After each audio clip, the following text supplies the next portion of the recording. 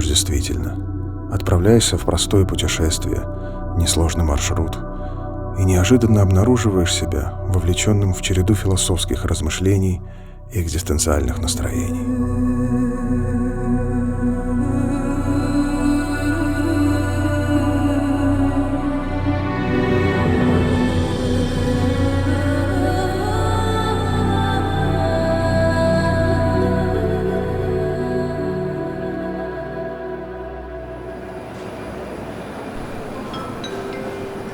Уважаемые пассажиры, на третьем этаже у стоек 42 и 43 закончена регистрация билетов, оформление багажа и ручной клади на рейс авиакомпании Белавия 865, вылетающий в Париж.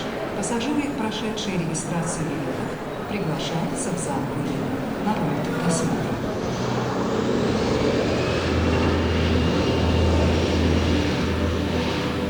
Есть места, которые мне не хотелось бы посещать, несмотря на их туристическую привлекательность, если бы не обстоятельства. Поэтому дорогу в Париж я выбрал самую быструю и прямую.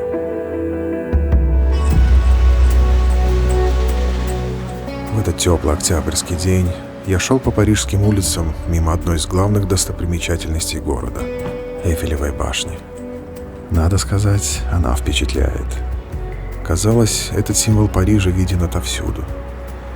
Конечно, любые эпитеты, сказанные о Париже, обречены на банальность. Поэтому ни слова более об этом городе. Хорошо? В конце концов, я здесь совсем по другому поводу. Мой визит в Париж связан с великим режиссером Андреем Тарковским. А вот и первая встреча, запланированная здесь. В моих руках редкое издание. Это «Мартиролог», дневник Андрея Арсеньевича. Я, пожалуй, поспешу в свой номер, чтобы вдали от суеты почитать эту книгу и подготовиться к еще одной встрече. Она состоится завтра.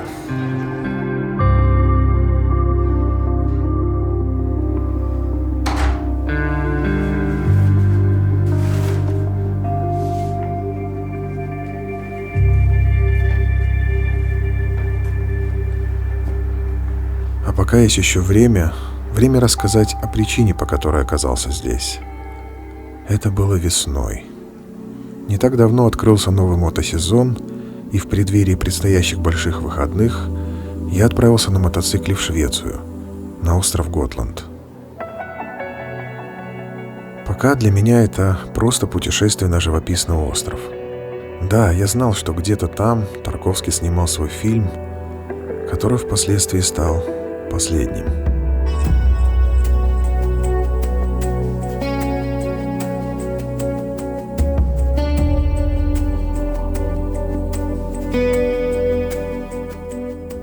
И вот уже на пароме я прибываю из шведского городка Нюнесхамн в столицу Готланда, Висбу.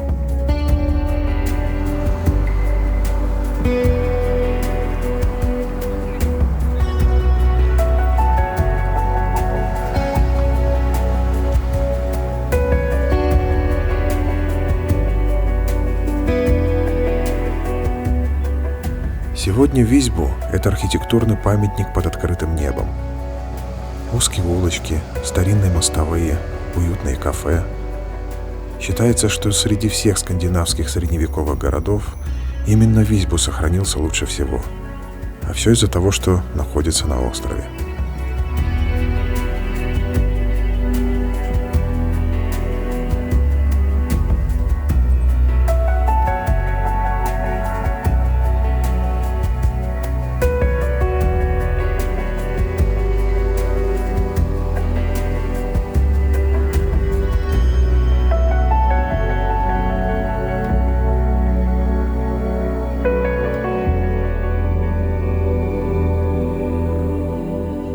Однако архитектура не моя стихия.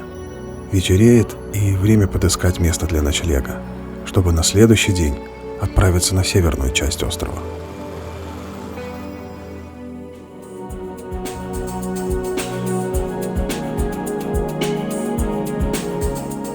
Деревень как таковых на острове практически нет. Люди живут тут в хуторах. Здесь много лаконичных домиков, которые расположены в уютных местах. Природа и ландшафт мне напоминали острова Эстонии, на которых я бывал ранее.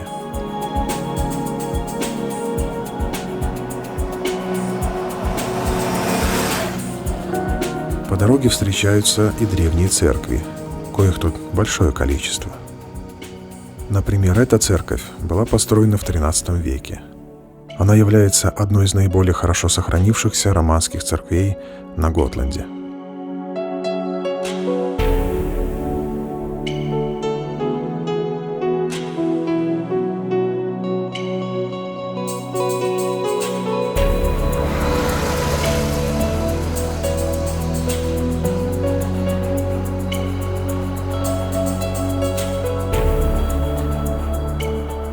Продолжаю путь к северной части Готланда. Я хочу взглянуть на Раукар. Это такие причудливые каменные образования. Для этого нужно перебраться на пароме на небольшой остров Фарё и проехать дальше, на север.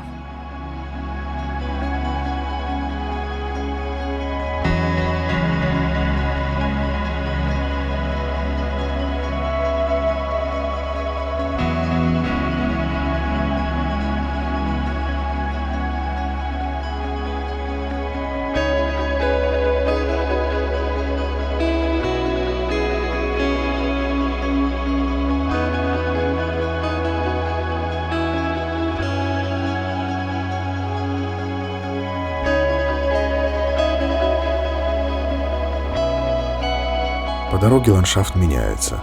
Деревья уступают место кустарникам, и уже скоро передо мной открываются бескрайние просторы.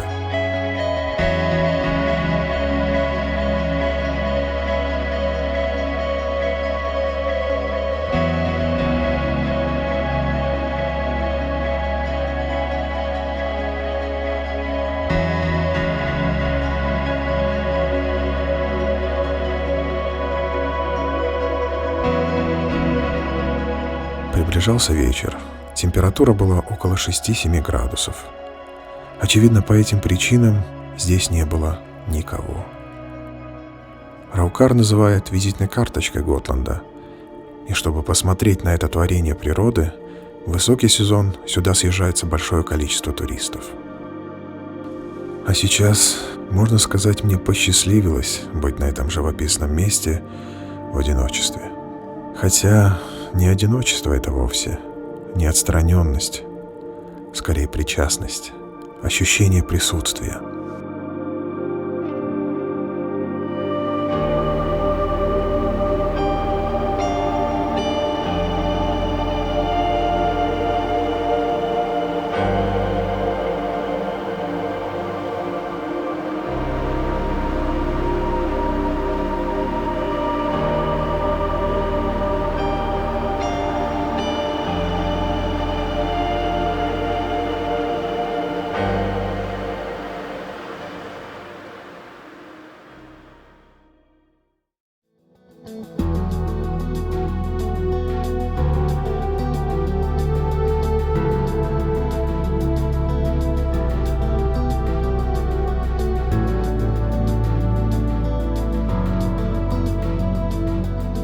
Во всех туристических справочниках Готланда обязательно упоминается центр имени Ингмара Бергмана.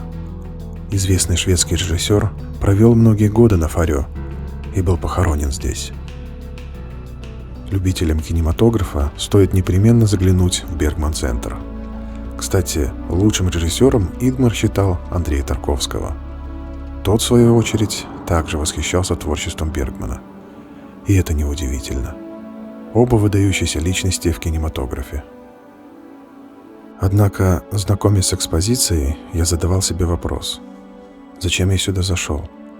Ведь я не поклонник визуального стиля Бергмана. Очевидно, только из-за того, что это как-то связано с Тарковским, его последним фильмом, который снимался здесь, на Готланде. В поисках места съемки фильма «Жертвоприношение» направляюсь в юго-восточную часть Готланда, на полуостров Нарсхольмен.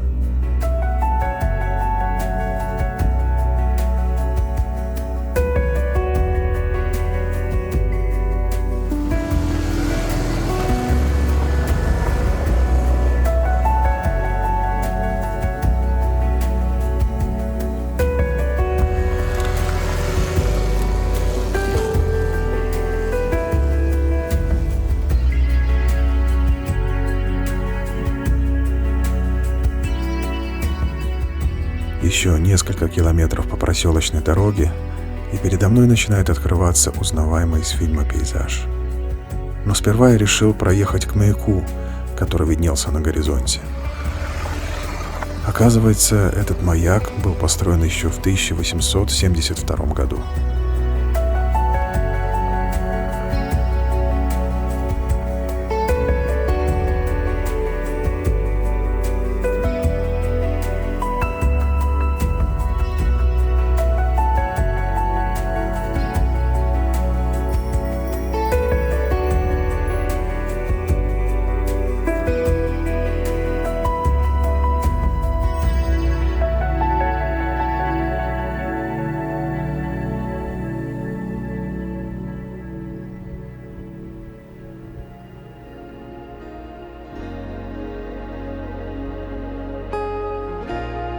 Тишина и умиротворение.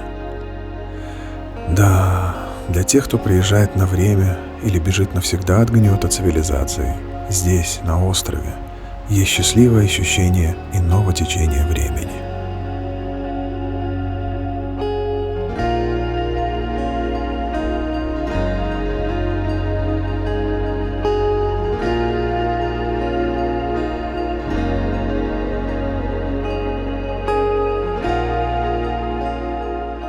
Итак, еду искать места съемок. В душе ощущение трепета и волнения, как перед долгожданной встречей. Найду ли я?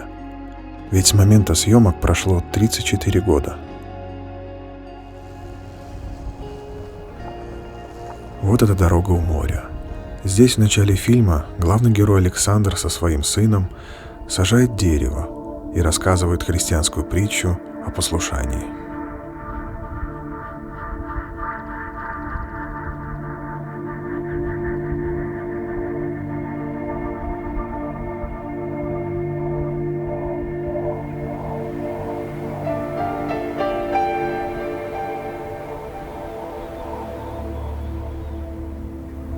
Христианские идеи, экзистенциальные человеческие переживания всегда были лейтмотивом фильмов Тарковского. Отсюда видна еще одна съемочная локация. Надо будет проехать туда. Где-то там располагался дом главного героя, который он сжигает в конце фильма, принося в жертву во имя... В общем, достаточно странный сюжет. Сценарий писал сам Андрей Арсеньевич. Все же гений Тарковского в режиссуре, в его художественном стиле, который он создает особую атмосферу.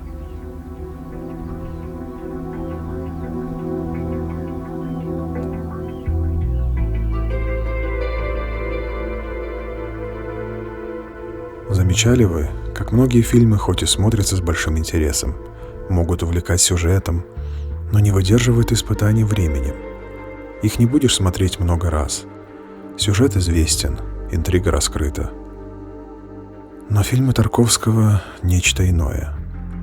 Пересматривая его картины в разном возрасте и состоянии души, открываешь для себя новые грани, новые оттенки уже знакомого произведения.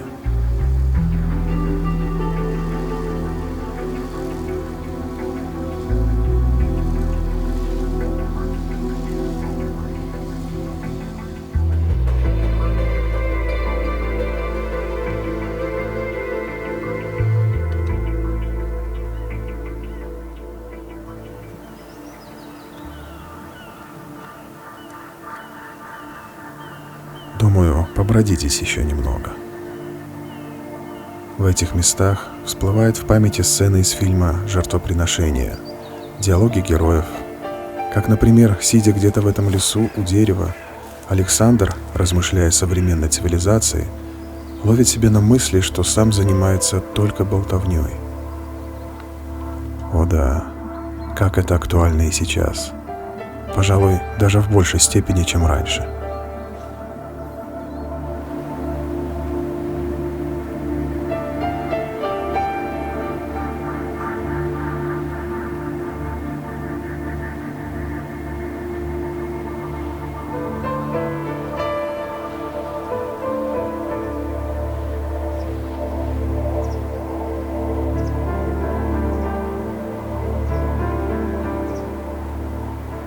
прислушивался к себе и понимал, что этот пейзаж, это пространство, которое Тарковский запечатлел в своем фильме, становится главной темой моего путешествия на Готланд.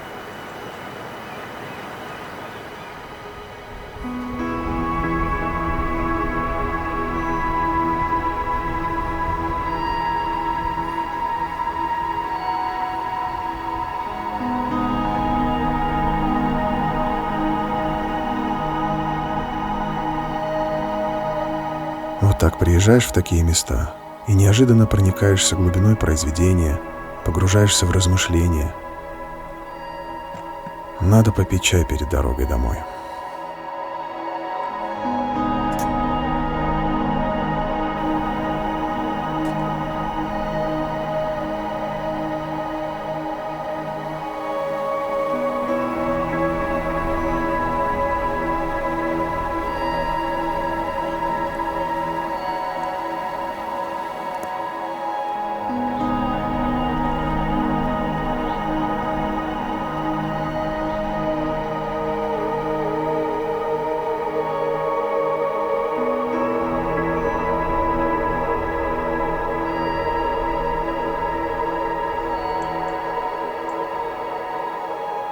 Нет, определенно. Это путешествие я продолжу. Надо съездить на родину Тарковского. Осенью туда поеду.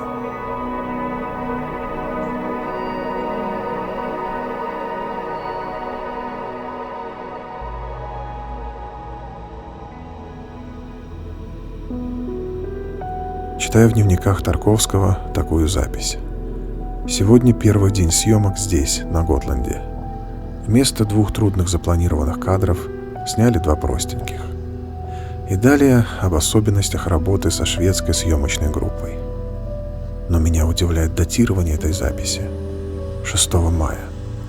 Поразительное совпадение. Оказывается, я приезжал на полуостров Нарсхольмен именно в этот день.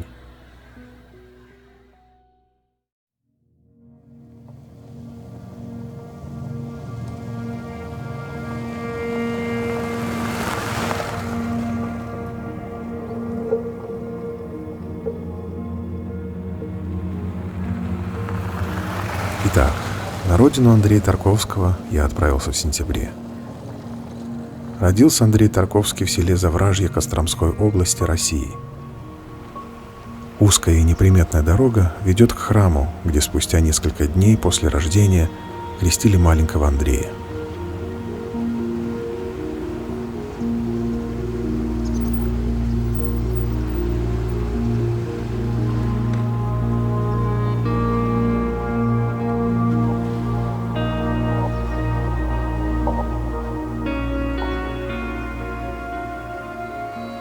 Под лучами утреннего света мне открывается живописный вид на Волгу. В середине 50-х годов прошлого века здесь было образовано Горьковское водохранилище, водами которого были затоплены более 150 деревень. Не избежал этой участи и дом Тарковского. «Моя родина под водой», — говорит Андрей Арсеньевич. По сути, единственное место, которое помнит его, — этот храм. Андрей Тарковский проживет 54 года и умрет вдали от этих мест, во Франции. Интересно, а каково отношение к смерти этого тонкого и глубокого режиссера? Он не раз размышлял на эту тему и в интервью, и в дневниках. «Смерти же, на мой взгляд, просто не существует», — говорил он. «Один раз мне приснилось, что я умер. Это было ощущение легкости и свободы. Однако далее он поправляется. Может быть, когда я с этим столкнусь впрямую, мне станет страшно, и я буду рассуждать иначе. Так и случится. Когда его настигнет тяжелая болезнь, уверенность в защите Бога сменится ощущением тревоги и страха перед смертью. Так у каждого из нас, когда подходит неизбежное.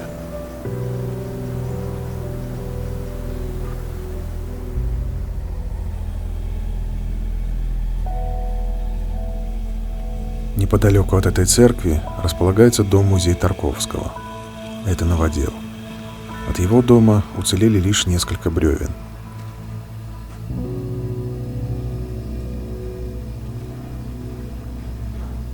Я приехал в выходной день, и музей был закрыт. По правде говоря, меня это не огорчило. Ведь к тому моменту я и так уже многое знал о его жизни. Мне гораздо важнее было побывать в этих местах, в той среде, где он родился и где прошло его детство.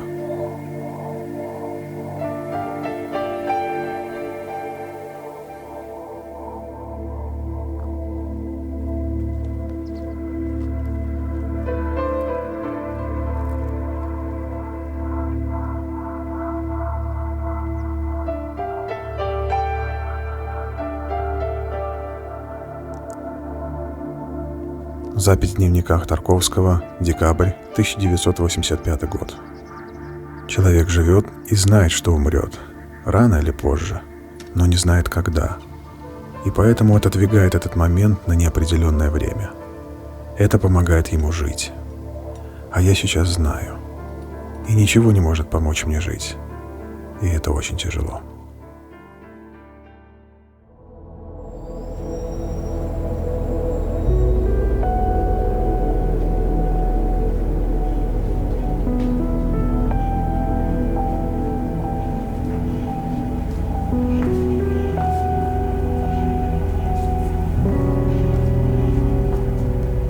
Уже стемнело.